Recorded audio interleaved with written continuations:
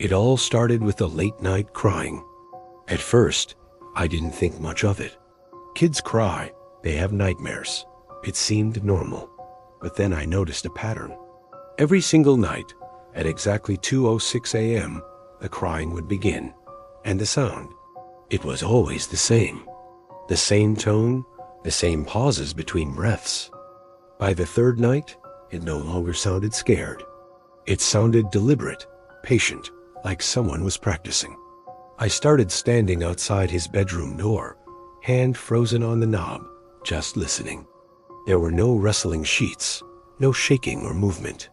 Just that voice, repeating itself, steady and eerie. When I finally opened the door, I found my son sitting perfectly upright on the bed, his blanket folded neatly, his eyes wide open, completely dry. There were no tears, not a single sign of crying. When I asked him why he'd been making that sound, he just said he hadn't. I laughed nervously, blamed it on exhaustion, tucked him in, and left the room. That was my first mistake. The next night, the sound returned, but this time it wasn't coming from his bedroom. It seemed to come from inside the walls themselves.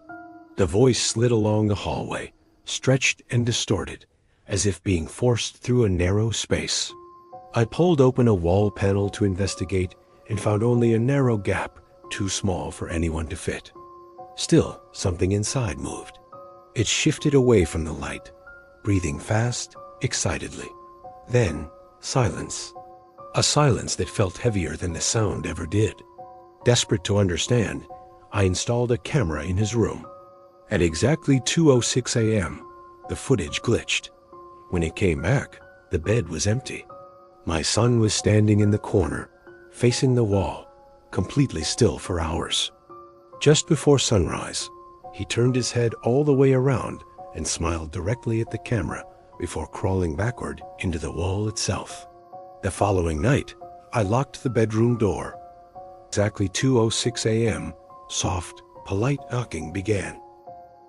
"Dad," my son's voice said, "you forgot me again." The knocking grew into scratching, then the sound of something being dragged across the floor.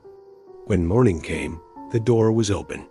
My son sat on the bed, smiling. Behind him, the wall was covered in handprints, some small, some long, and some not human at all. The authorities dismissed it all. Stress, trauma, hallucinations, they said. But I knew better. When I tried to leave the house, I heard crying from inside a suitcase, my son begging not to be left behind. But behind me, a calm voice warned me not to listen. I turned around and saw them, two identical children, both smiling, both waiting. And now, every night at exactly 2:06 a.m., something inside this house still laughs, because whatever followed us home had never been pretending. It had always been real. Thanks for watching, and be careful what you listen for in the dark.